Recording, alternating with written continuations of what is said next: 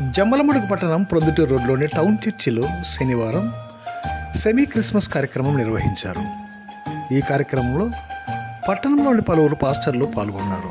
ఈ semi Christmas కార్యక్రమానికి జమ్మలమడుగు నియోజకవర్గ టీడీపీ ఇన్ఛార్జి భూపేశ్ ముఖ్య అతిథిగా పాల్గొన్నారు. ఈ సందర్భంగా పలువురు పాస్టర్లు భూపేశ్ రెడ్డిని ఘనంగా సన్మానించారు. ఈ సందర్భంగా భూపేశ్ రెడ్డి మాట్లాడుతూ సెమీ క్రిస్మస్ వేడుకల్లో పాల్గొనడం చాలా సంతోషకరంగా ఉందని అన్నారు. అలాగే ప్రతి ఒక్కరూ యేసుక్రీస్తు చూపిన శాంతి మార్గంలో నడవాలని ఆయన సూచించారు.